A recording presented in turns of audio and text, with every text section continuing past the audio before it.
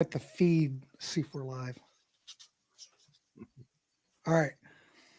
Okay, we're live. Hey, welcome to Grant's Rock Warehouse. Today we've got a panel and we're also going live. So if there's anybody out there that's watching, feel free to put a comment in, put a question in. If you have a question for somebody, spew it out. We're just kind of running with this and see how it goes. But the topic today are 70s bands that entered the 80s gracefully and the ones that didn't. If anyone thinks back to the 80s, you know that a lot of those 70s bands that really were hitting hard and had great success, when they hit the 80s, everything seemed to fall apart. And the record companies got involved and kind of manipulated these bands into doing things maybe, it makes you look at their 70s output like it's actually brilliant when the 80s stuff is not so hot. But there are some bands that made the transition really great. So what we're going to do is we're just going to discuss this and see how it goes. And if there's any questions from the audience, we'll take those. So let's start this off. And I'm Grant Arthur, of course, and we've got Todd Evans, we've got John the Music Nut, and we've got Matt. And Matt, I can't remember your name at the moment. Thompson, of course. So what we'll do at the end, we'll go around. If you have anything to plug, please plug, because if we can get anything out there, we can. All right. So with any further ado, let's get started. Matt, why don't we start off with you? I mean, you can just go ahead and give us your three. Yeah, one of the things as I was thinking about this is thinking about certain genres of music became very unfashionable in the 80s and that were popular or more successful in the 70s. And one of them for sure was prog rock. And, you had prog rock bands in the 70s that actually sold a lot of albums. And some artists, I think, did well in the 80s in that genre. But there are different ways to do it. Some did it by not being that prog anymore. So they went to other bands and weren't really that progressive. So something like an Asia or something like that would be more in style. But I do think there were some artists that really fit the bill of still being progressive, but made that transition a bit more successfully and dodged the commercial challenges or labeling of being progressive. So I've got a couple of choices in there, but one of the artists that I think really epitomized this very well was Peter Gabriel. So obviously his prog rock resume was very strong, and he was certainly associated with a band that had a lot of the, I guess, prog rock trappings that became unfashionable in the 80s. But he went solo before the 80s came around. He had a couple of good albums, solid albums, but then his two albums, that next two that came out in the 80s, so of course they're all called Peter Gabriel, but the Melting Face and Security one, were really ahead of their times. So he was fully embracing things that would be very much a part of the 80s sound. He had doing things with drum machines, with synthesizers. The people he's collaborating with, people like Kate Bush already in that time period. So kind of being ahead of his time in terms of who he's working with. Embracing world music, which certainly was very popular in certain think about ahead of the game with someone like Paul Simon. Championing human rights and other causes, obviously with We Are the World and Live Aid and all that became, he was doing that right at the beginning of the 80s.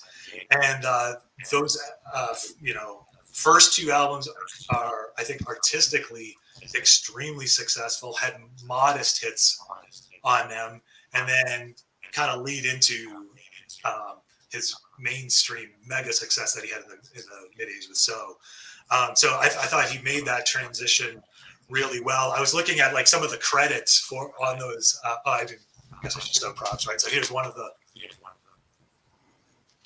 albums. That was his first one in the 80s.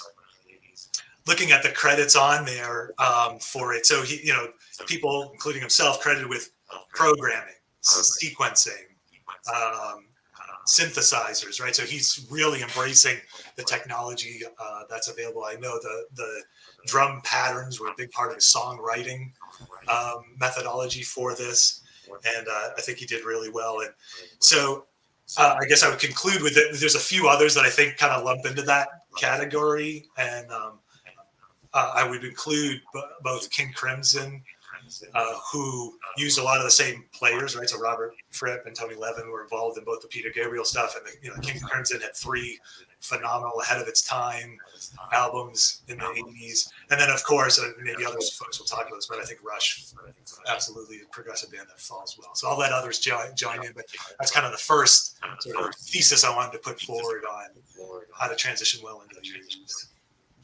Yeah, I'd have to agree with that. They made the transition really well. But there are others I don't think that did. John, what do you got? Oh. Hey, thanks for having me, guys. Okay. Now, as far as mine, my first one is an artist who had hits in the 70s, the 80s, and a little bit in the 90s. And he's probably best known for his songs in the 70s, even though the hits he had in the 80s were much bigger, but they didn't quite endure as they did in the 70s. And I'm talking about Mr. Billy Joel. Now, in the 70s, he had Turnstiles, he had 52nd Street, The Stranger. They had a ton of songs that were hits, and very enduring. Even songs like Scene from an Italian Restaurant, New York State of Mind, you still hear them a lot to this day. And you also hear Honesty, Big Shot, My Life, Always a Woman, She's Got a Way, songs like that. Only the Good Die Young, you still hear a lot. The 80s, though, he put out Glass Houses. Well, this was more successful commercially.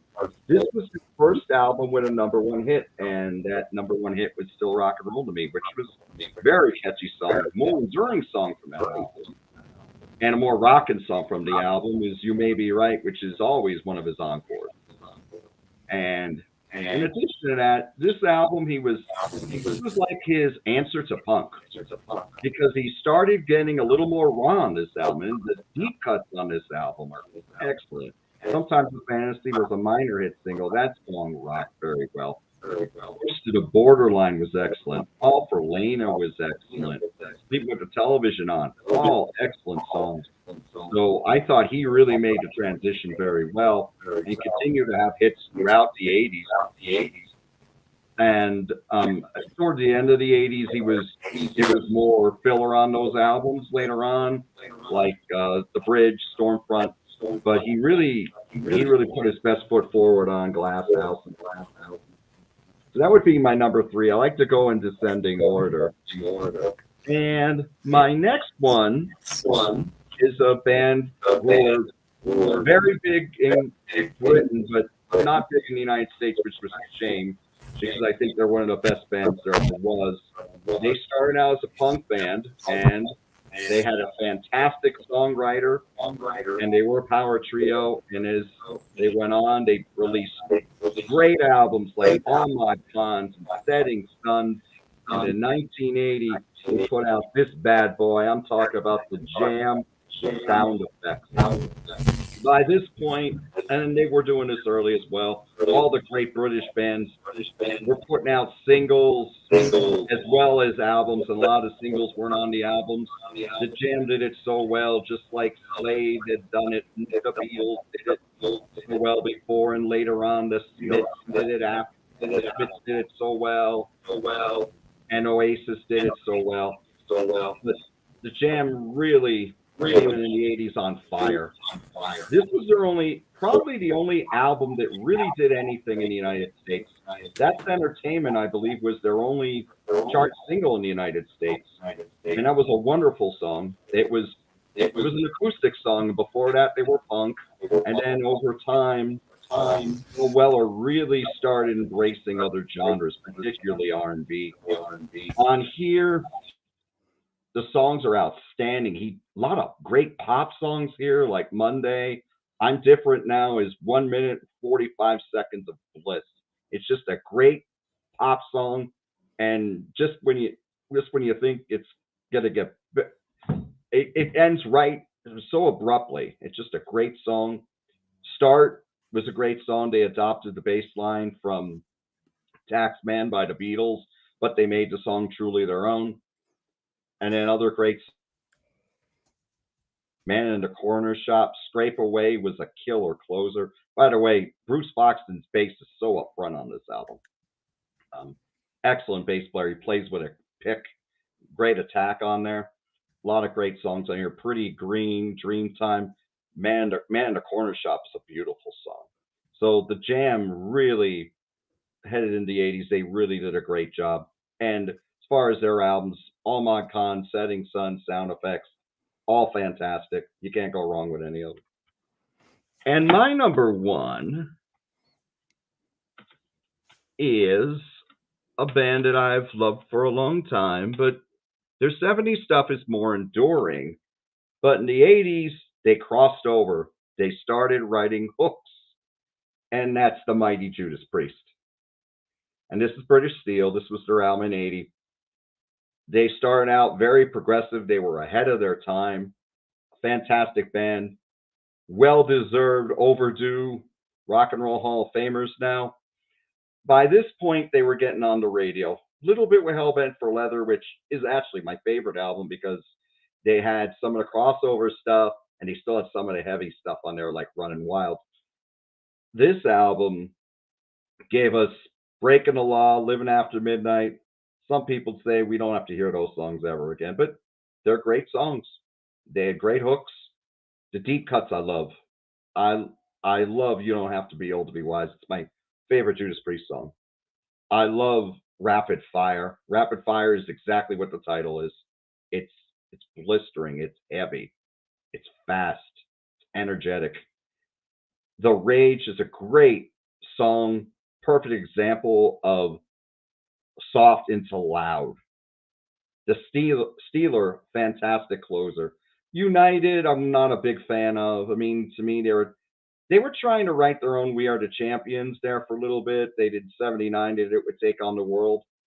And on 80, they did it with United. They couldn't quite do it. Everything else on here, though, is killer. Metal Gods is a great song. That's one of their most enduring songs as well. And the thing is, you'd probably be thinking, oh, well, Judas Priest is an 80s band.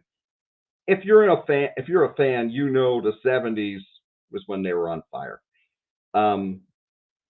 They did have bigger hits later on. Screamer for Vengeance gave us Another Thing Coming. Electric Eye, 84. We had Defenders of the Faith, and then their catalog's kind of spotty after that. A lot of great songs, not a lot of great albums. But here they really came. They were still great. They were still heavy, and the hooks came. And Judas Priest is my number one. Excellent. Top notch, John. Thank you. I can't argue with that. As we saw that we had a comment from Rock Daydream Nation. Of course, I couldn't get it up. Best Billy Joel album. It's his new wave album. So there you go. Peter is a fan. He totally gets it. I like how Billy Joel is like kind of really aware of how the music's changing, like, and it's still rock and roll to me, right? He's actually declaring kind of how things are changing in that, you know. But I must say I've never heard that record, so I can't.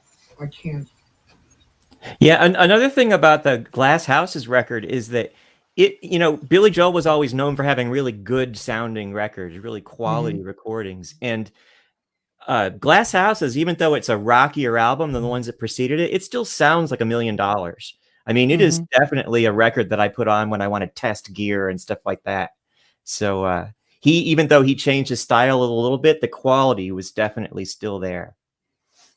It's an audiophile favorite. All right, Todd, what do you got? Okay. Well, my number 3, which is the first one I thought of, and it's just I thought it was just totally easy, is Blue Oyster Cult. Because I really feel like Blue Oyster Cult going from the 70s and the 80s just kept going, and it was like they didn't even care that it was a different decade. I mean, you got this album here, 1980, Cultosaurus Erectus, which is great. You've got Fire of Unknown Origin, 1981, which is great. My favorite, actually. And then, I mean, people could probably argue that the Revolution by Night isn't as good as those, but I wouldn't say that. I thought the Revolution by Night was really good, and I think Club Ninja is really good. So, I mean, it could be argued that they didn't finish the 80s strong, but I think as far as the transition from the 70s to the 80s, that they did a really good job. My number 2 is going to be no surprise to Grant, Genesis. And again, could be controversial. There are people that aren't crazy about what happened to them in the 80s, but 1980, you've got Duke, which I think needs to be reassessed as far as its quality, because I think it's really outstanding. You've got Abacab, where they started the gated drums, and they were making, along with Phil Collins' solo career, they were making new sounds and influencing other artists and other bands to kind of copy those sounds. Another album that seems better now than it did at the time is the self-titled Shapes album from 1983. My favorite. And Invisible Touch from 1987. So, more, slightly less progressive rock, but there's still some prog rock on there. And these records were huge. So, I mean, as far as paying for their kids' college, they definitely got that done. But my number 1, no surprise, also is Rush. So you figure Rush starts out 1980 with this. So February 1980, they have figured out. Rush was a fantastic band in the 70s, but they figured out how to make things just a little bit more concise. They still had some long songs, but they had shorter songs that seemed like a long song, just a little bit more compact. So you go from that, you go to 1981, Moving Pictures, which some people call the perfect rock album or the perfect progressive rock album. I can't really argue with that. There are other Rush albums that I like better, but you can't deny the high quality of Moving Pictures, followed by Signals, which probably should have been more popular than it was. And then you go into the trilogy of my 3 favorites, Grace Under Pressure, where they're really starting to experiment with technology to the point where their records, when they came out, we were all me and my friends were almost more interested in getting the liner notes and reading, the technology about, the notes about all the gear that they used. And so you've got them doing pedals and keyboards and all kinds of stuff. Power Windows, which I think is my favorite one. I know this isn't all about what I like, but I'm just going to throw that out there. And then Hold Your Fire, a flawed album. It sounds a little weird in spots as far as the mix is concerned, but man, the quality is good. The quality is definitely there. And then they ended the 80s with Presto in 89, which I think is another solid album where they actually stripped down a little bit. So Rush is my number 1. I think they did the best as far as going from the 70s to the 80s. And the amazing thing about that is Rush was amazing in the 70s and they were amazing in the 80s, just in a different way. Excellent. Well, mine could be controversial or it could not be. I don't know. On Ryan's Vinyl Destination, we did a whole series. Well, we did a whole series. Todd, we did a whole series on Genesis, which is controversial enough because, as you know, the Peter Gabriel people don't play well with the Phil Collins people. Me, personally, I don't have a problem with that. I think that the Phil Collins is stronger. And I think, based on exactly what you said, they made that transition perfectly. Perfectly. They don't want to live in poverty forever. So they're good at writing good pop songs. And I would say that Genesis, at least the Phil Collins era, the Shapes album, Duke, those albums, those songs, the songwriting is such top notch. I think that Genesis actually improved. I mean, they can't do prog forever. You can only do that so long. Um, so I think they're one of the best examples of a band going from the 70s to the 80s. Another band, which I think did a great job, and it's also controversial, but on Ryan's Vinyl Destination, we also looked at the Aerosmith albums.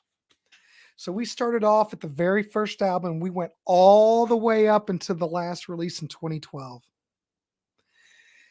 Now, some people may argue that the 70s stuff is just their peak material. And I can't argue with that. But though they had a little bit of rough start when they did Done with Mirrors in 85, I thought that album, some people love that record, but some people just don't like it. And I'm on the side, I thought it was just absolutely horrible. And if I was Geffen, I would have just let them out of their contract. But the thing is what I don't like about the whole thing is that Geffen got involved with the band, got them hooked up with outside writers. I don't think Aerosmith ever needed outside writers because look at all their catalog from the 70s. They didn't have any outside writers then. I don't think they needed it.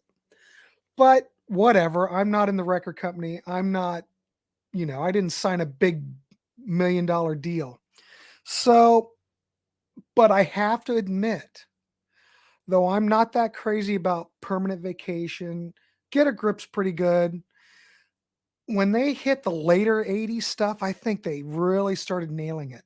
But Permanent Vacation as a record is not a bad record. I mean, if you love that 70s stuff, there's really nothing wrong with it. Because I think what they basically did was take what they were doing on Toys in the Attic, because there's a lot of good quote unquote, I know it's a little bit harder rocking, but there's a quote unquote, there are some more poppy stuff on there, though you might argue with that. If someone doesn't agree, please put that in the comments. But there's a lot of catchy stuff on Toys in the Attic. There's more catchy stuff on Toys in the Attic than there is on Rocks or Night in the Ruts or Draw the Line. Though the two songs in Draw the Line and Kings and Queens, I think are absolute classics. But anyway, I think Aerosmith, even though they had the outside writers, I think they made that transition to the 80s really well. Whether you like what they've done or not, when you listen to those Aerosmith albums, it still sounds like Aerosmith. Whether you listen to like some other artist, maybe you'll listen to like the Heart album from 85. It certainly doesn't sound like anything from the 70s at all, but the Aerosmith stuff still has some of that quality that they carried over, and they really never lost their personality, if you know what I mean. So I kind of went on a tangent, but Genesis, Aerosmith, really well. They made the transition perfectly. I don't think I have anybody. And Rush, I'm going to have to agree. This will be my third one. Like John and Todd, Rush made the transition effortlessly. If I could talk, that would help. I mean, you're always going to have those people that appreciate the 70s era, and maybe more younger people probably appreciate the 80s era more. I mean, I'm a fan of more of the 70s era. I love everything up into Grace Under Pressure. Moving Pictures is fine, but we're getting pretty slick. We're getting pretty glossy. A lot of keyboards. There's not that much Alex Lifeson in there. If you like Alex, that wouldn't be your record. But the material is still strong. It's not like it's bad. It's just different. They've just progressed into something else. So I'd say Aerosmith, Genesis, and Rush made the transition really well. Whether you like that material or not, many people do. And I think it was successful. I think so. And that Aerosmith stuff, if you listen to like 9 Lives, when we were doing the panel discussion, I was surprised. Me personally, I had never listened to those records at all because I was under the impression that those albums were horrible. But when I listened to them, totally changed my mind. I think the 9 Lives album is just absolutely wonderful. Not many people probably think that, but I do. And I think all that material's solid. I'm just surprised. I should have listened to it years ago when it came out, but I never did. So there you go. There are my 3. Matt, who didn't go? Give me some artists that didn't go so well. Yeah, so I think one genre that didn't do well, I think, was Southern rock. And there's probably some reasons for it. One of the things that was certainly a big factor in the 80s on what music was popular was MTV. And Southern rock bands didn't really fit the fashion for what was getting played on MTV. They didn't have the looks, and for whatever reason, probably didn't get the investment in making the videos. One point I'll make is that the 80s didn't necessarily start in 1980 for some bands. I think some bands got that little last gasp, right? In 80, 81, they're still sounding like kind of late 70s albums, just getting a little bit of influence on from like maybe the after effects of punk and new wave and writing some shorter songs with really good production. So, like to me, Todd, where you talked about the, Cultosaurus erectus and Fire of Unknown Origin, in some ways, like I don't think the 80s start for Bluish Occult until after that, right? Like it's almost like that those are 70s sounding albums with Martin Birch, a great 70s producer who makes a great transition to the 80s, right? The work he does with Maiden. So that's a different behind the board guy making a great transition. But the I think for the Southern rock band, some of them get that little last gasp thing in 80, 81 time period. So like Blackfoot still gets two good records in the 80s. Marauder and Tomcat are great. I would say the Outlaws get one last one with Ghost Riders, right? So there's a little bit of there, but then the air goes totally out, right? And so a lot, those bands, a lot of them brought, they got some outside writers. They got keyboards added in a more synthy kind of way. And I think a lot of the records from those bands in that middle 80s time period aren't strong. They weren't commercially successful. They weren't played on MTV. I guess the one exception might be 38 Special, but they collaborate with Jim Petterick, right? So you get the whole Survivor writer going on. They don't really, they have Don Barnes sing all the songs, so they're not really leaning into the Van Zant side of things, and they're not sounding twangy at all. So are they really a Southern rock band in the 80s? Maybe not. But I guess they did okay. But I would say the Southern rock bands unfortunately really struggled. Matt, I agree with you 100%. All that 38 Special stuff is killer, I think. It is for sure. It's just maybe not Southern rock, right, in a 70s sort of way. Yeah, but back, if they have Don Barnes singing and not, they're good because all those songs, if you listen to like a greatest hits, I'm just saying, if you get like a 38 Special greatest hits, oh my God, what great songwriting, what great production. Don Barnes, his vocals, I mean, they're great songs. They made the transition perfectly, I think. Yeah, I no love that doubt. stuff. Yeah. To me, it's a shame, right? Because a lot of those bands hung on in the 80s as legitimate live bands for a while. As the commercial careers were waning, they were still, and I saw Blackfoot and Molly Hatchet and the Outlaws all through the 80s. And as the venues got smaller, the quality of the performances did not change. I mean, they were all still killer live bands, totally delivered the goods. But, commercially, unfortunately, the venues were getting smaller. They weren't getting the hits anymore. They weren't in fashion.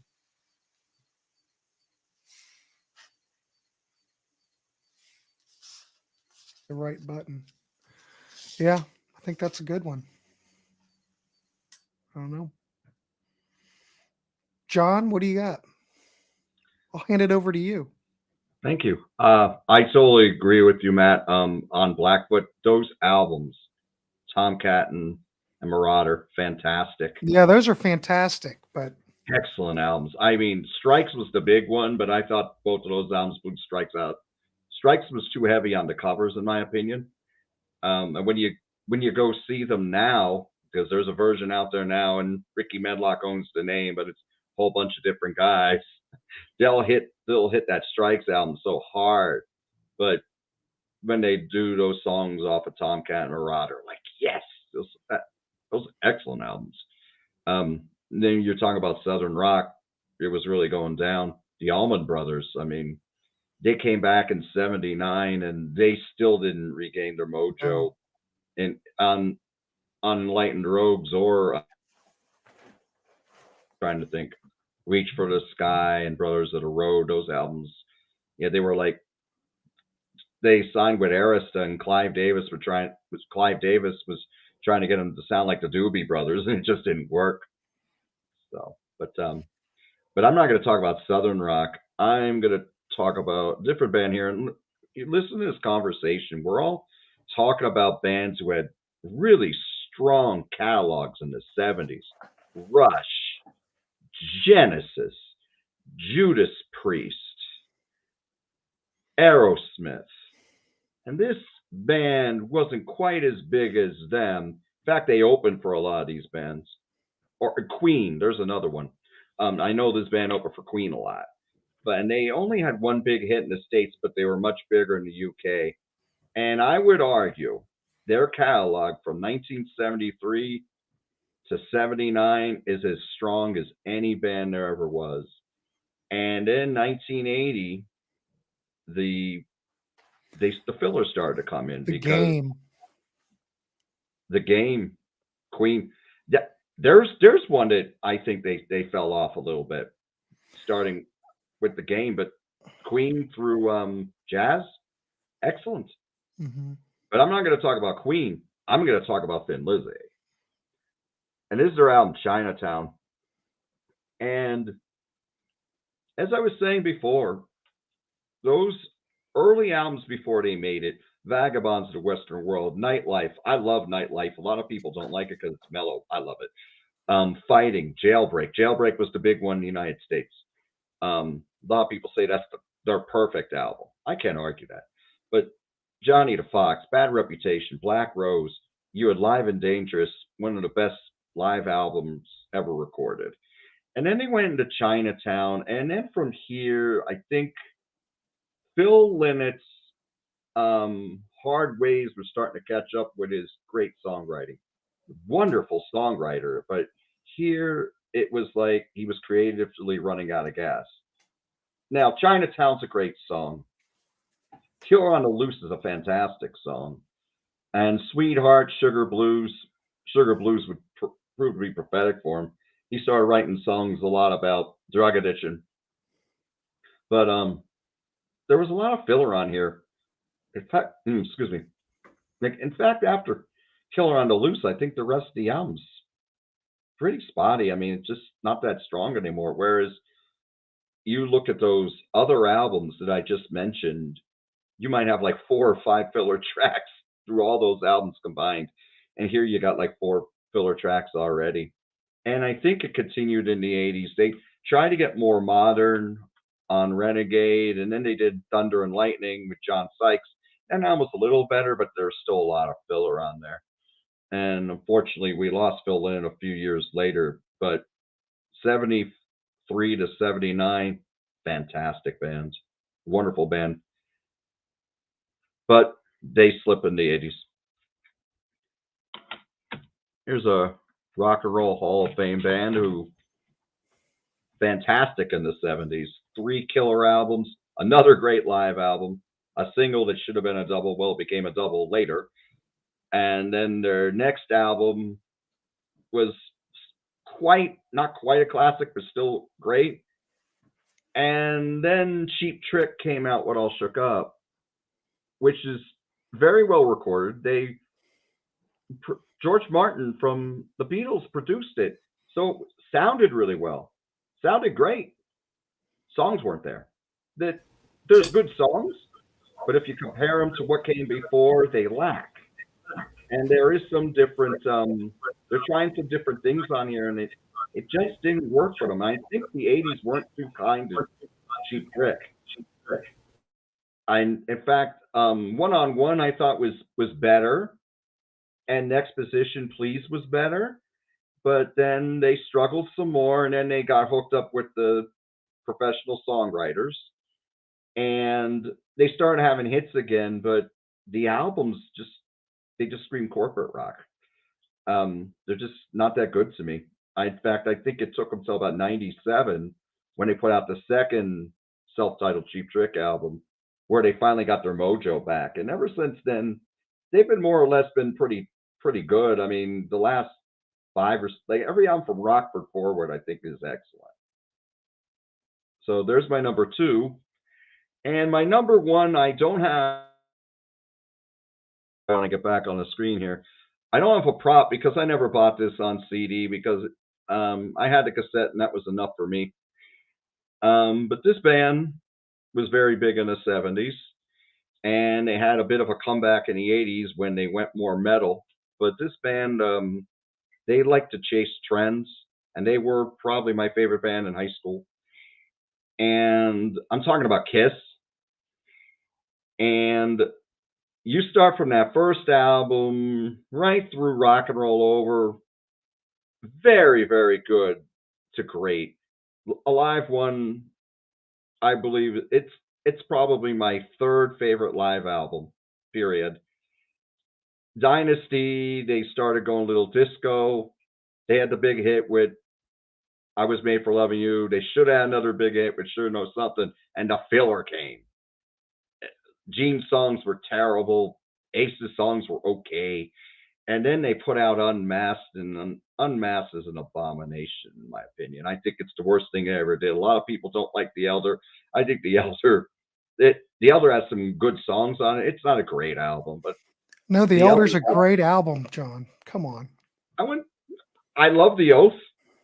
I love I like A World Without Heroes. I like Escape from the Island, but I mean, there's 4 good songs there, which is about 3 more that's on 3 more than what's on Unmasked. It's light years better than Unmasked. Unmasked is bad disco rock. But there's a lot of people that love Unmasked. In Australia, it's huge. I think Australia, Dynasty and Unmasked are their biggest selling albums. I know some people like it. I didn't like it when I was young, and I don't like it now. It's a good power pop album. I'll give it that. It's a power pop album, but they're not a power pop band. They're not Cheap Trick. I mean, it just doesn't suit them. I mean, well, there's still no Cheap Trick. Well, I mean, they came back in '82 and they went metal on Creatures of the Night. I'm like, yeah, this is Kiss, and they did that, Lick It Up, Animalize, all very good to great records. You can keep Unmasked, in my opinion. At least Unmasked still sounded like Kiss. When they got to Creatures, this is going to get a lot of hate. But the production on it could have been anybody playing that record. It could have been any band. What made them unique was the sound of Peter Criss and Ace Frehley within the whole construct of everybody else. Once you got to Creatures of the Night, it just was generic heavy metal. It could have been anybody and just slap Gene and Paul's vocals on it. That's the way I love you, man, but I strongly disagree. That drum sound on that album is one of the heaviest drum sounds you'll ever hear. Eric Carr was a beast on that album. I thought the song. Well, I'm not saying he wasn't a beast. I'm just saying it doesn't sound like Kiss. I know. I think it still sounds like Kiss, just a heavier, hungrier version of Kiss. I'd say once you don't have Ace Frehley on there, Yeah, he's whole on the sound cover, but he changed. isn't on the album. He had a bunch of guitar players on the album. Mhm. Vinny Anyway, Vincent played a keep lot on going. it. Sorry, you No, you that's all keep good. going. No, that's all good. But yeah, Unmasked wasn't good for Kiss, and then it took them a couple albums before they got their mojo back. And then I thought from Animalized they were pretty spotty. But yeah, there's my number one, Kiss. There you go. That's good. I accept that. I'm Todd, glad you what- do. Well, it's not up to me.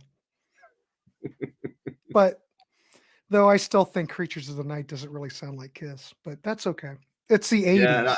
Yeah, and I know we really differ on Aerosmith's Done with Mirrors, which I think is a good record, but a lousy production. And I know, yeah, we talked about See, that. I don't. Done with Mirrors doesn't bother me so much in the production aspect as it does that there's just no. It's just the material on it.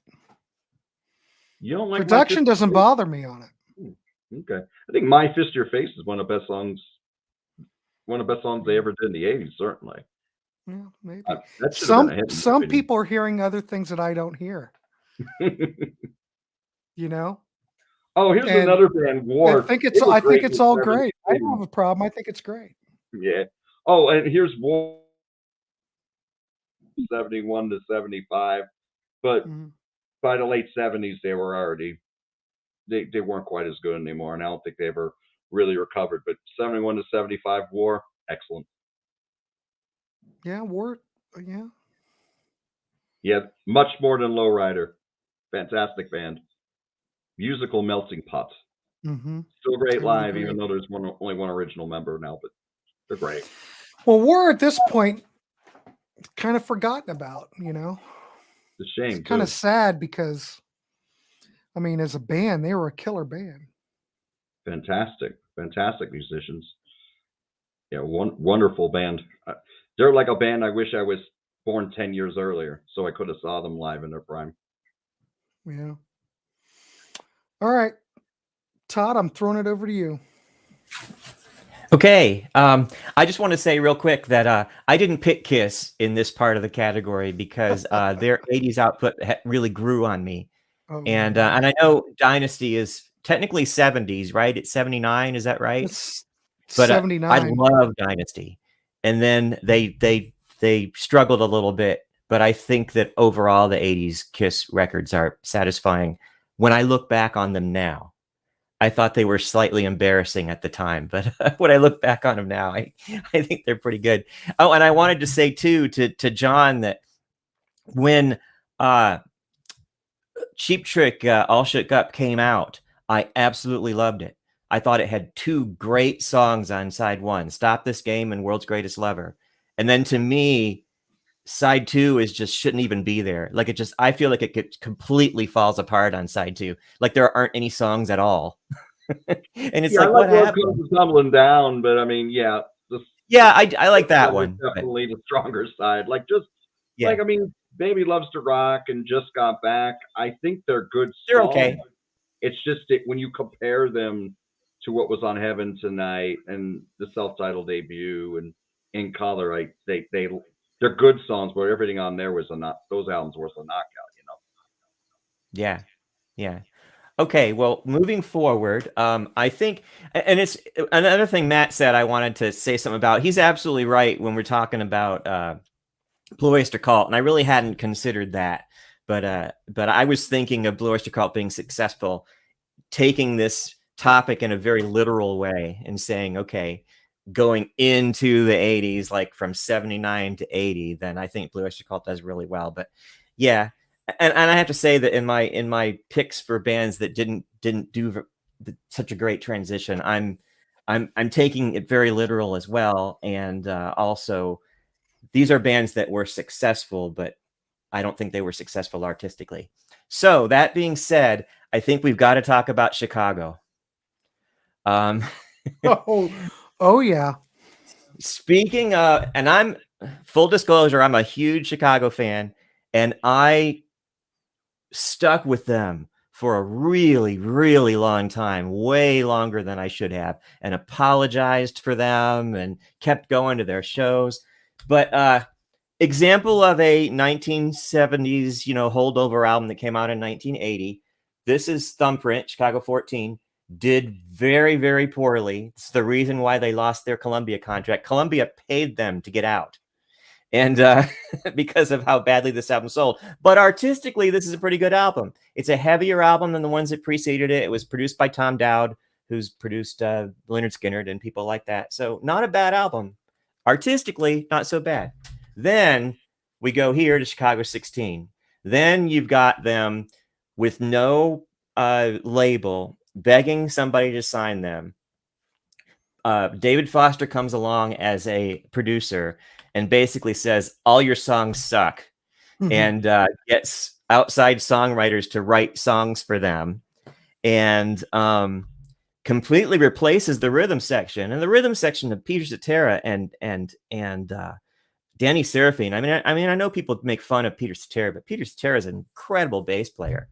And he showed up to these sessions for Chicago 16, and his bass parts were being recorded. I mean, they were being programmed, and he showed up and got his bass out, and David Foster said, we don't need you. And Peter Cetera said, good, because I was getting tired of playing anyway. Shut his case, left the studio for like weeks, came back to do his vocals later. I asked Danny Seraphine once, I was chatting with him on Facebook, and I said, did Peter actually say that? And he said, it sounds like something he'd say. But anyway, then you go to Chicago 17, and now again, very successful, really, really successful. But, Robert Lamb, who James William Guercio, their original producer, considered to be the leader of this band, was having drug problems. He was, writing one song per album or no songs per album. And, how successful these albums are artistically, there are some good songs on there, but I think Chicago had kind of lost it. They lost their rhythm section, so they didn't sound the same. I, for one, felt duped because I found out much, much, much later that wasn't Danny Seraphine playing the drums. It was all programmed. And then I felt like an idiot for believing that it actually was. And so I didn't think that Chicago ever really recovered. And they replaced Peter Cetera with Jason Schaff, a really pretty good singing bass player. They replaced Jason Schaff in the 2010s when he couldn't hit the notes anymore with a guy named Jeff Coffey, who was also a singing bass player that was also really good. And he quit because the touring schedule was too grueling. And now they have like a 20-something-year-old bass player and a guy who sings Peter Cetera's songs who's like in his 60s. And it's like they're not even trying anymore to form themselves in the same kind of format that they were in the beginning. So I stuck with them way too long, but I think we got to talk about Chicago. My next pick is, I think, is controversial because this band became far more successful than they ever were. But I'm going to say Journey. I mean, Journey, you've got 3 albums right here. You've got, sorry, I was backwards.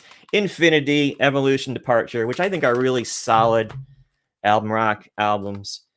And then something happens and they lose Greg Rowley and they replace him with Jonathan Cain. This is the keyboardist.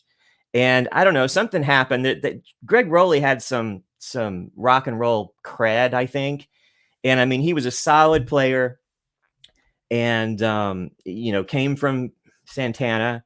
And I just felt like putting Jonathan Cain in there. And then, they had 2 really strong albums. I mean, they had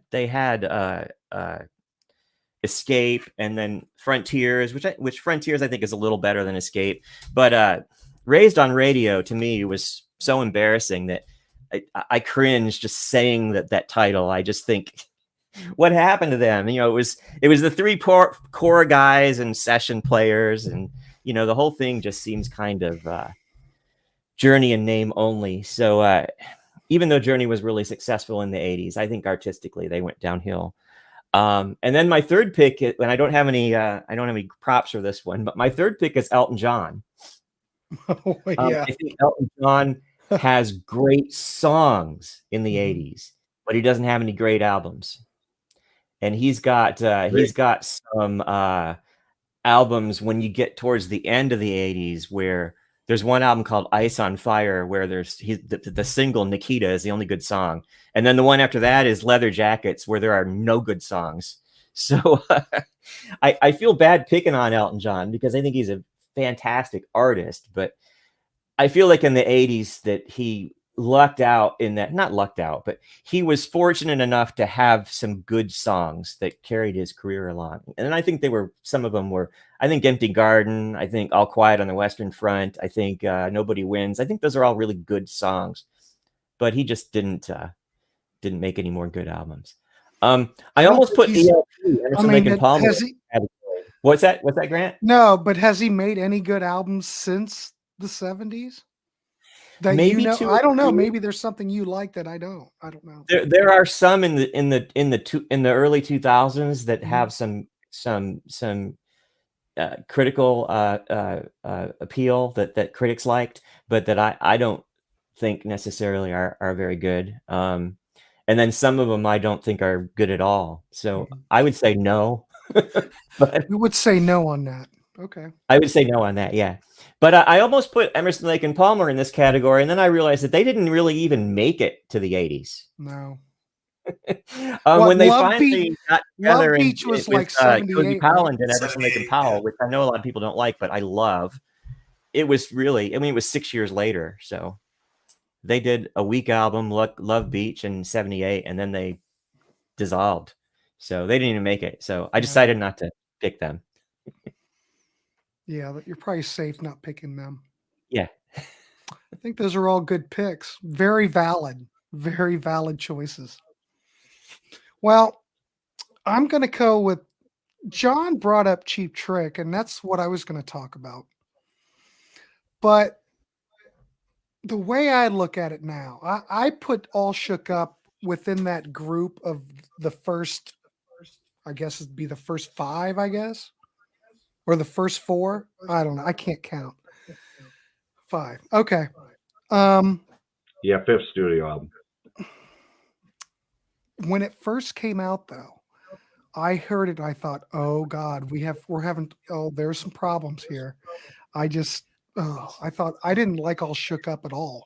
But as time has progressed, I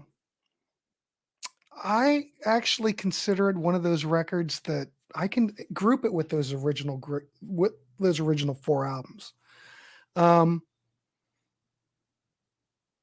Is it as strong as what came before? No, but I don't know if it's so much the production that's taking away from it, or, I mean, let's say what if Tom Werman got a hold of that?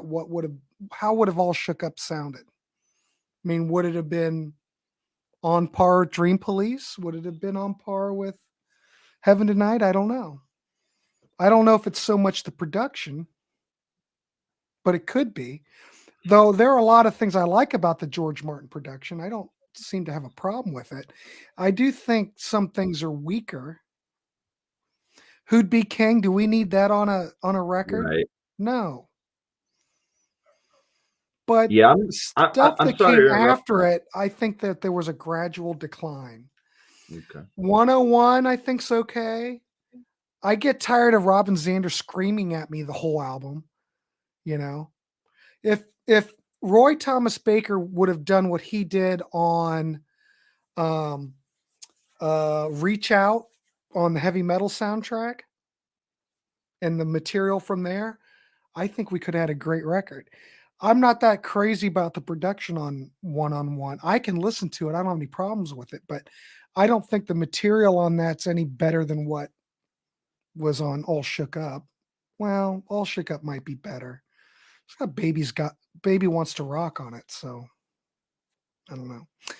But then One, I mean, next position, please. You got Todd Rundgren coming in, and he totally takes it and makes the Todd Rundgren show, which is fine. Heaven Tonight on there is one of the best songs on the record, and Cheap Trick didn't write it. But as Cheap Trick went in further after Next Position Please, you know, when they hit oh crap, brain problem, you know, Lap of Luxury? Lap of Luxury, not good. And everything else in the 90s until that Cheap Trick album in 97 or 96, not good. Though there were tracks on those records that stuck out that you can pull them off, and the good tracks are all on the Cheap Trick box set. If anybody wants to look, they've already pulled them all off for you. They're all on the box set. But I don't think Cheap Trick went into the 80s very well. I mean, I love Cheap Trick. Saw them all through the 80s. You know, I sold a guitar to Rick Nielsen, for crying out loud. But when you get to the Doctor and Standing on the Edge, I'm going on a rant. Standing on the Edge could have been a great record. It was Jack Douglas produced, but Tony Platt mixed it. Cheap Trick put out a couple compilations like, I don't know, 5-6 years ago. And there are a couple of songs on there that have the original Little Sisters on one of the comps. It's got the original Jack Douglas mix. Now, if you would have had the original Jack Douglas mix on the whole record, I think you might have had something. It could have been just as good as what came before it. But I think the production, like on God Knows on The Doctor, is horrible. But the production on, you know, The Doctor and Standing on the Edge is probably what killed it. They didn't handle that era very well. Not good. But, you know, I do like some of the stuff on Standing on the Edge. But if you really want to hear how it could have sounded, I can't remember, what are they on, Hippo? I can't remember what label. But they put out 3 comps that span different eras. So there's one that, you know, does the 80s, so to speak. And, you know, the Jack Douglas mix of Little Sister is freaking killer. What could have been, boys? What could have been? But anyway, so Cheap Trick, I don't think, made a good transition. And Queen definitely didn't make a good transition. Now, you could argue that Queen started fiddling at, you know, falling apart in 1979. Some people may think that jazz is when they started falling apart. I don't think that to be the case at all. I think jazz is a great record. You had Roy Thomas Baker back in the production seat. All the songs are good. The production's great. Why there were a bazillion copies in the cutout bins when I was a kid, I have no idea. But top-notch Queen. That's probably the last great Queen album, I think. But then you've got The Game. Now, I remember when The Game came out, my friend Ken got The Game, and he thought it was just great. We were listening to, at this time, this is a memory that I had, we were listening to Aerosmith, Toys in the Attic, and Queen The Game. Now, I was a big Queen fan when I was a kid. Loved it. Had a huge Queen poster on my bedroom. Top notch. But when I heard The Game, in my young mind, I went, uh-oh. I see some cracks forming. Something's not quite right. I will give them credit. You know, another one, Bites of Dust, is a great song. I don't have a problem with it. Well, Dragon Attack's really great. I think I like the album better now than I did when I was a kid. Because back when I was a kid, I was awfully critical. I was very critical of Cheap Trick, very critical of Queen, evidently. I think it's aged better. But I think that's when the cracks started to form. And once they totally hit the 80s, when they did Hot Space, I know Todd loves Hot Space. It's one of his all-time favorite records. He spins it all the time. He's got it next to him, and he's going to show it to us. I'm sure he is. I was hiding. You're muted. Sorry. Go ahead. I was hiding. Todd, can you get Hot Space out for us so we can see that real quick? Of course I can. Thank you. Well, anyway, Hot Todd's been Space playing needs a this. reassessment. But we did on the Contrarians, we looked at Hot Space. But if you look at Hot Space compared to everything else, oh my God, it's like by then everybody on the United States had jumped ship. You know, no one cared about Queen anymore. And they never really recovered because by the time they got to the works, they were going, well, oh, shit, we really fucked up here. We better try to ring it back in. But I think by that time it was too late because I think that they became a parody of themselves at that point. That Queen album sounds like they're trying to be Queen. There are good songs on it, don't get me wrong. But to me, it just sounds like a parody of themselves to some degree. So Hot Space, as bad as it is, even though Todd likes it, there it is. I'm glad Todd has props. Thank God. Hot Space is the last Queen album where Queen still sounded like Queen and weren't trying to regain something. At least Hot Space was them trying to be creative.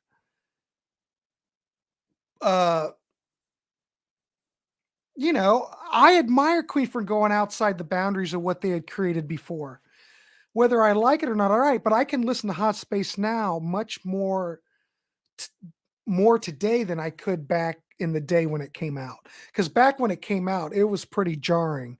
I mean, if you like Bohemian Rhapsody and Day at the Races and Night at the Opera, well, you're not going to like Hot Space. So I don't know if that was more for the European market. I don't know. But I completely went on a rant about Queen. But anyway, I don't think anything after the Game is all that. I don't think they made that transition well. At least not in the United States. I mean, they still regained their popularity in Europe, and I don't understand why or how. Who was buying that crap? I don't know. But I don't really, I mean, I've heard the other albums after, the Works and stuff. The Works doesn't bother me so much. I like the Works better than Hot Space, but I don't like anything else after it. I don't know. It seems like they forgot how to write songs. That seemed to be a problem. For a bunch of guys that were so good at writing songs, how could you go into the 80s and forget how to write? I don't know. Maybe I'm just crazy, but that's how I looked at it. So Queen, Cheap Trick. Oh, the other band that kind of drove me crazy that I don't necessarily think that they were a failure because they sold a lot of records. But listening to Heart in the 70s, like Baby Lestrange and Little Queen and all that stuff was good hard rock, good songwriting, good playing. I have no problem. But when they did that 1985 album, holy crap, what the hell happened? I know there are hits on it, but that album doesn't sound like Heart at all. It just sounds like a bunch of commercial slop. It's, I mean, I can't deny that it sold a lot of records, but anything else that came after it, I just don't think. I mean, they sold their souls to the devil, just like Cheap Trick did, pretty much. Aerosmith sold their souls too. But for some reason, Aerosmith was able to really pull it off, and their career just took off. And up until like the final record in 2012, I mean, they were selling their albums all sold real well. No one gave a crap about Heart. I mean, Cheap Trick really hadn't sold any records either. So I would say the Aerosmith's really a success story, but just Heart and their artistic level, it's just, it's not good. Maybe people will Grant, do you mind disagree. if I say something about Heart? I would Sorry, I didn't love mean to interrupt. for you to. No, please go. I was going to say that one of the interesting things about Heart is that their albums that were at the beginning of the 80s that flopped are actually pretty good albums. I mean, Passion Works is a great Martin did a record. Contrarians episode about Passion Works, which I think is a good album. I think Private Audition's a good album. I think that whatever, I don't know what happened to them, but people stopped buying their records. But I don't think they stopped making good records. So I feel like their self-titled album in '85 was, we got to do something. Well, the record company said you've got to do something because Capitol signed them. So by the time they were not selling any records, Private Audition, Passion Works just totally tanked. It might have just been the changing of the musical taste, I guess. I don't know, maybe, but the fact that they got signed to Capitol after Passion Works and Private Audition, and I'm not saying those are bad records; they're much better than I think than the '85 record. But I don't know. Have I listened to the '85 record since '85? I'd say I have not. But I just don't think they ever regained what they had in the '70s. You know what I mean? And if anybody liked the '80s stuff, I think there was probably totally different fans. I haven't put John, were you about to say something about their appearance? Because I was going to say there's awful lot of hairspray. Yeah, they dolled them up. And those keyboards were just. Martin Popoff said this about Art and right here Contrarians episode, that the keyboards were just so jarring. And you listen to them now, and they're like, they pierce your ears, But back then, that's was the sound. I'm not one of those people who thinks keyboards ruin bands because I'm a keyboard fan. But I think in that case, it was just the wrong approach. But what do I know? It worked. They sold a crap ton of records. They made a lot of money. They probably made more money in the '80s than they ever did in the '70s. And Aerosmith probably did. Permanent Vacation, Get a Grip. Think of all the singles that Aerosmith put out in the '80s. Oh my God, what a successful career. The '80s totally reinvigorated them, I don't know. Was it Bruce Fairbairn who produced those records? Fairbairn?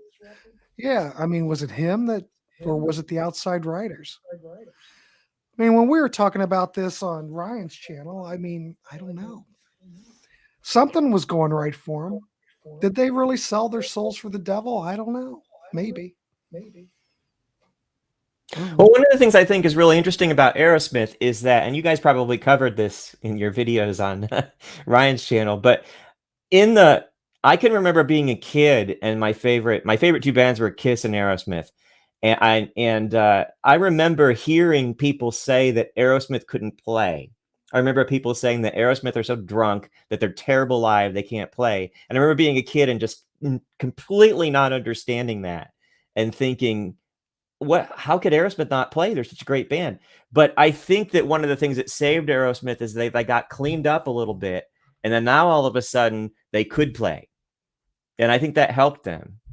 They took their image that they already had and they dressed it up a little bit for the '80s, and it worked.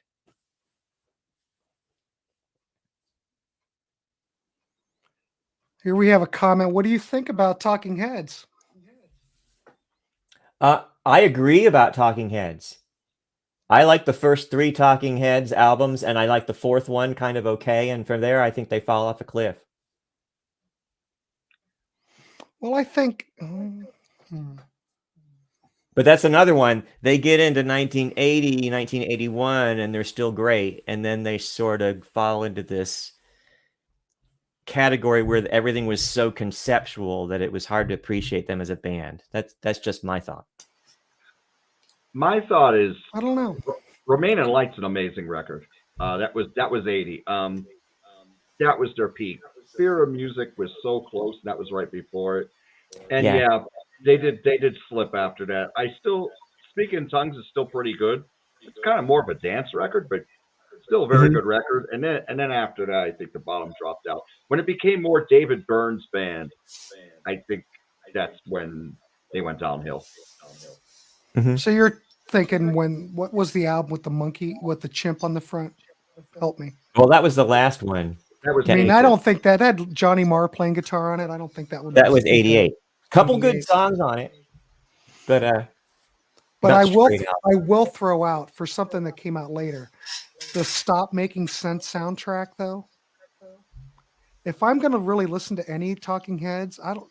This may sound weird, but I always go to that record for some reason. It's a good soundtrack. Well, they were great live. I love the way they sounded live, but I don't know. I think for Talking Talking Heads- Heads are valid. I think there was less to transition, right? So they're coming out more in the late 80s, late 70s, and sound ahead of their time. So they're a little less impacted, and they're artists and stuff, so they're well suited for the visual coming of MTV and things like that, right? They've got kind of that whole, kind of like the Rhode Island School of Design mindset to their careers. Yeah. So I think that they had less to deal with. Some of the factors that other bands that we were talking about had to deal with, I think, were less of an issue for Talking Heads. Yeah. I don't know. I felt like I became a really big fan of the Talking Heads as a 4-piece. And when they expanded into this big giant stage full of 11, 12, 13, 14 people, I was like, what happened to the band I like? You didn't like it So that's when kinda where I Adrian was. Belew? You didn't like it when Adrian Belew was playing? Oh, I like Adrian Belew, but the Talking Heads were already a band. They were a 4-piece band, and they were good. Well, I liked them that way. with the Stop Making Sense movie, you get to you can just stop it whenever you get to the version of Talking Heads you like, since they keep adding members, Yeah. right? So it's just like David Byrne, just Exactly. listen to the first song, and then they become Tom Tom Club, right, for one of them when he leaves. So you can get the Yeah. version of Talking Heads you like and just stop it there. Hey, Grant, I wanted to say something about Queen, if you don't mind. Go ahead, please. I feel like Queen still made good songs. I feel like they still could write songs, and that they still had good singles. Their albums didn't gel. They didn't have any continuity, and they didn't gel. They felt like they ended too quick, and they were too short. And I thought they had some good songs later in their career. Yeah, I agree with Todd. The albums just aren't good. Yeah, I don't agree with either one of you. I think you're both nuts. I can't find any songs that are, One Vision, that's okay. But That's a good song. yeah, but it just Who Wants sounds to Live like Forever is a good song. it sounds like Invisible a Man's a good parody song. of themselves. That's what I'm trying to say. There were good Well, songs that's what- in there. That's what I feel the Works is. I feel like the Works has a like a Bohemian Rhapsody Jr. on it, and a crazy little thing called Love Number 2 on it. So I agree with what you said, Grant, about them trying really hard to be Queen. Yeah. Like I said, Hot Space is the last album where Queen was Queen. I know that sounds weird. I agree. But side 2 on Hot Space is not bad. I'll give it that. I like the Side more 1's rocky- not bad.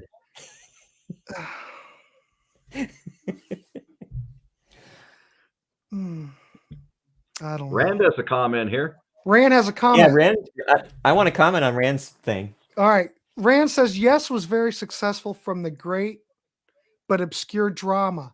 I would agree. Drama is, one of my favorite Yes albums.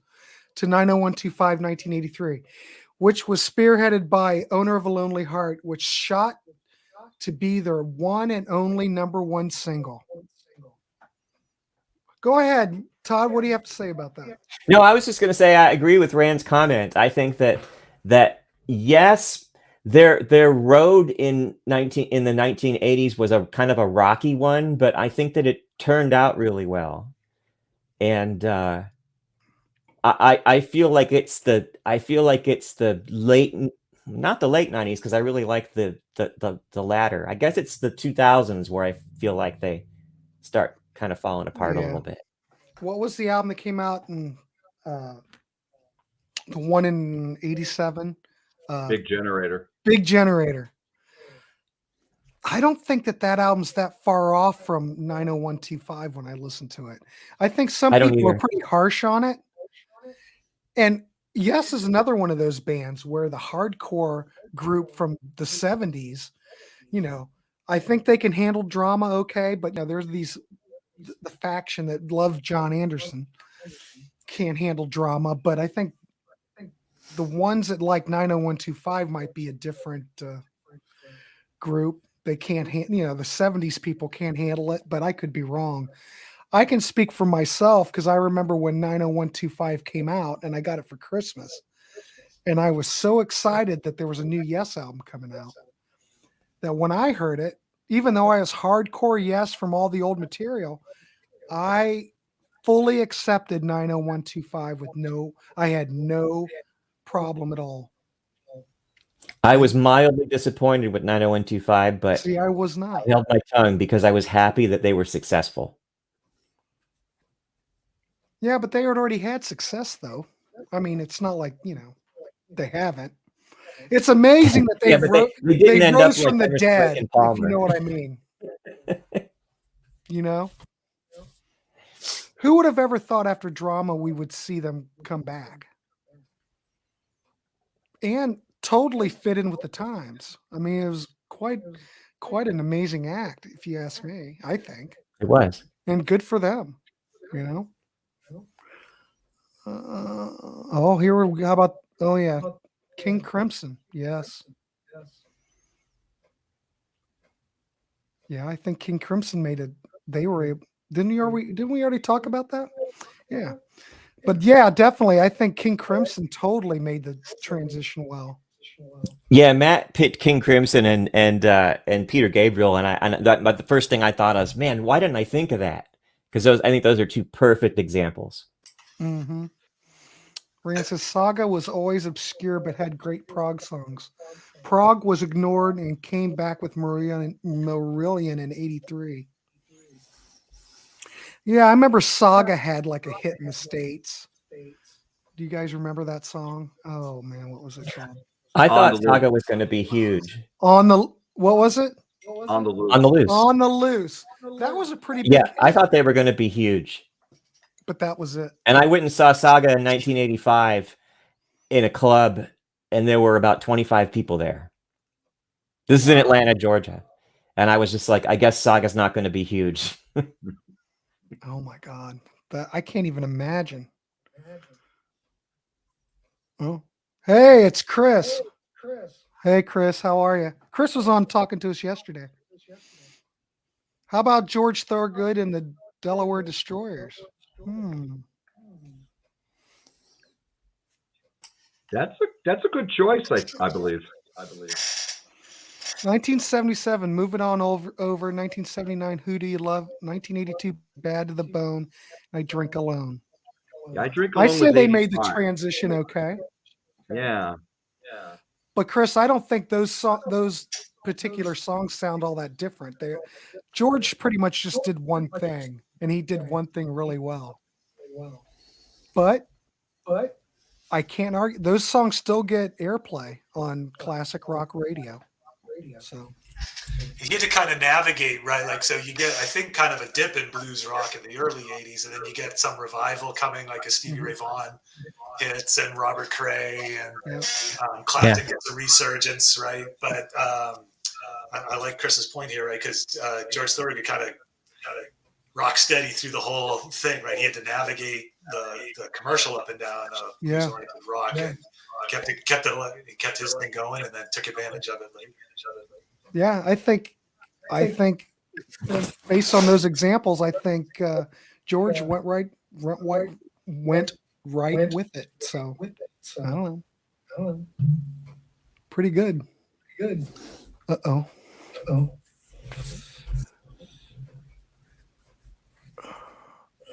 Oh yeah, Matt, do you still have other picks? Yeah, maybe I can talk about at least one honorable mention. I'm good. I don't know if you guys have to go, but do whatever you need to do.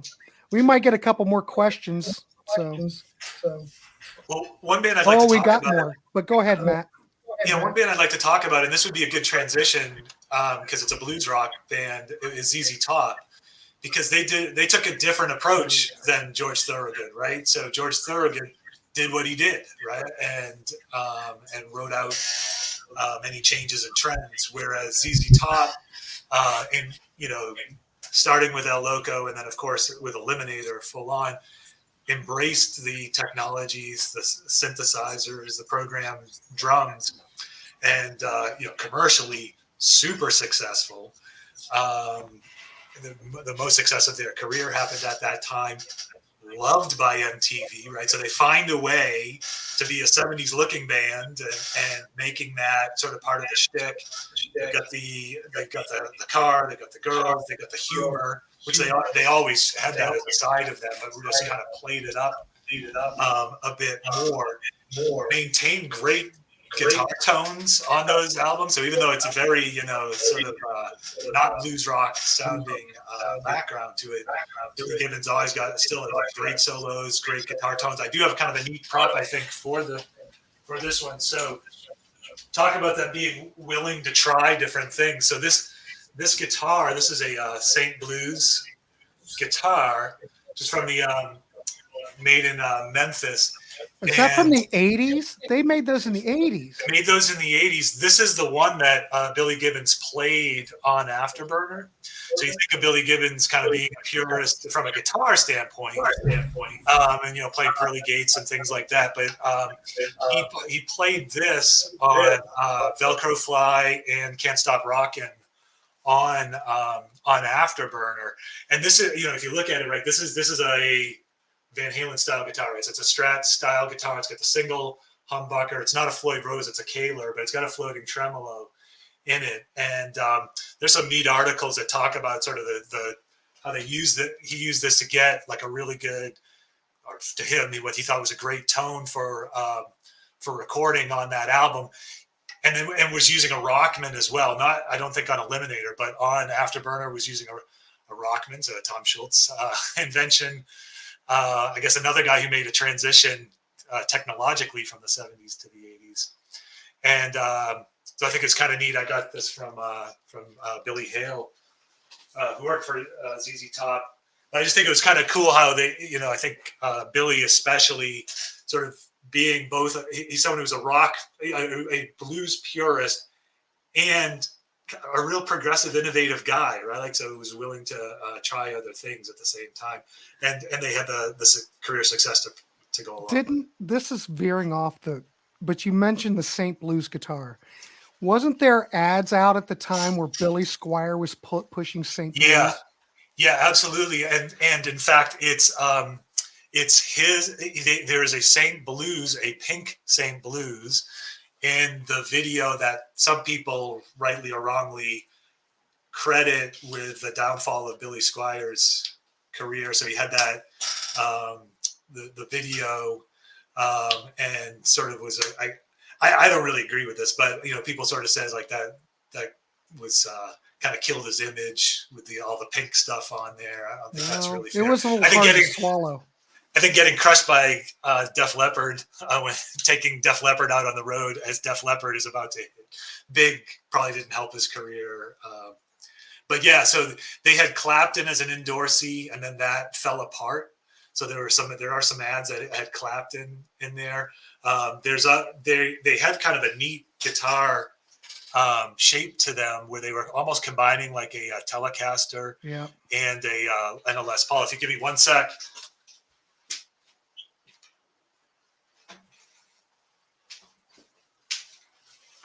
This was their Bluesmaster style, which I think was the great one.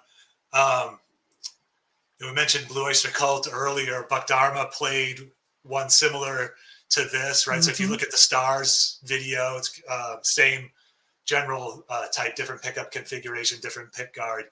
But they were really good guitars. Kind of made in America. I had a chance to exchange notes with the one of the owners of it, and they have a real interesting history. It came from the Strings and Things music shop in Memphis, who served everybody, both Memphis musicians and anyone who came through town. So folks like Billy Gibson were regular customers, Joe Walsh, things like that. So they got it's one of those almost could have been, right? Like they could have been successful. I'm not sure exactly why things didn't work out, but they're real good guitars. They're if you play, it's fun because they're not that collectible. So you can get really good, pretty good deal on them. Yeah, you can get good made in the USA 80s guitars, very well made, that don't run cost as much as some of the others. Scorpions were a great 70s band who really were not popular and exploded in the 80s. In retrospect, I prefer the 70s stuff. Then again, Scorpions are another one of those bands. Some people like that Uli John Roth stuff, and then there are other people that like that 80s stuff. But you have to admit, they did make that transition to the 80s really well. I mean, I don't think they had any outside writers writing with them, did they? I think Scorpions No. I'd say they're one of the more distinctive successful singer acts. that they worked in different decades equally well. Mm-hmm. Not too many artists did that. Scorpions were definitely a success story, I'd say. Fantastic band. Well, we're at 125. I guess we could wrap this dog up. Anybody have anything to plug? I've got stuff to plug. Plug Grant. Watch Grant's channel. That's my plug. All right. All these guys appear on my channel, but down the road we've got not Aerosmith. Crap. We're still doing Aerosmith stuff on Ryan's Vinyl Destination. In fact, the next show we're going to look at 4 live albums. Live bootleg, I think Classics 1 and Classics 2 live, and another one I can't remember, but we're going to be looking at those tomorrow. And then on my channel, we'll be looking at trying to set this one up, is that I want to look at bands. Of course, everyone remembers back in the 60s when you had the original British invasion, where you had the Kinks, the Beatles, the Yardbirds. The United States, once the Beatles hit America, we tried to sign every British act we could to bring them over here to capitalize on it. Well, back in the 80s, for those who remember, we had another situation like that too. So, and a lot of that had to do with Duran Duran taking off. So you had Duran Duran starting off in like 81, and they didn't really take off until 82. So you had Duran Duran, Howard Jones, Thompson Twins, Culture Club, Talk Talk. There's a slew of them. So we're working on a show coming up where we'll look at our top 3 favorite British second invasion albums. That'll be kind of fun. Not many people talking about that stuff, so I figure, what the hell? What else? There's more stuff coming up. Todd and I have an ongoing series. We've already tackled our top 10 Matthew Sweet records, and we already ranked Matthew Sweet's albums, for all that matters. But what we've got coming up, we're going to be recording a show here.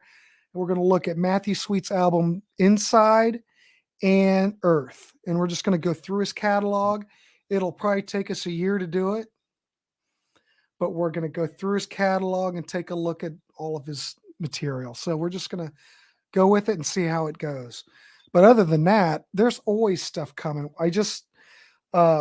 Peter Kerr and I just did an interview with Prescott Niles from the Knack. We threw that up 2 days ago, which was incredible, because what no one knows is that we had Prescott Niles booked for 15 minutes. He went for 2 hours, and I think he would have went longer. But if you're a power pop fan, if you like the Knack, check that out. It's both on Peter's channel and it's on my channel. And Peter's channel is Rock Daydream Nation. So please subscribe, check it out. But look at it on my channel so I can get more views. That's the only thing I ask. I'm not selfish or anything, but do that. But other than that, that's it. Yeah, and I think we can sign off on this dog. Right. Yeah. I'll be on Grant's channel for some other shows and Ryan's Vinyl Destination as well. And for the man who asked the Scorpions question, I did a Contrarians episode with the Jabs era versus the Roth era. It just hasn't aired yet, but we filmed that about a month ago, so that should be coming up shortly. Yeah, there's always a lot in the pipeline at Contrarians. Oh yeah. But also I want to thank the Contrarians, because I wouldn't be doing this. Everybody here appears on the Contrarians. So we want to I want to extend a thank you to Marco and Martin Popoff, because I wouldn't be doing this if it wasn't for you guys. But yeah, everybody here will be on the Contrarians. Who knows what's up next? But they do have a lot that we've probably already recorded in the pipeline. So just subscribe, check it out. A lot of great content. And hopefully I'll just keep flowing with more content. I want to just try to hit more things that people don't usually hit. Not many people are talking about the early 80s second British invasion. So we're going to hit that. But other than that, thank you, gentlemen. I appreciate you appearing and giving this experiment a shot. Thank you, Grant. Thanks, Grant. Yeah, good talking with everybody. All righty. Absolutely. Thanks.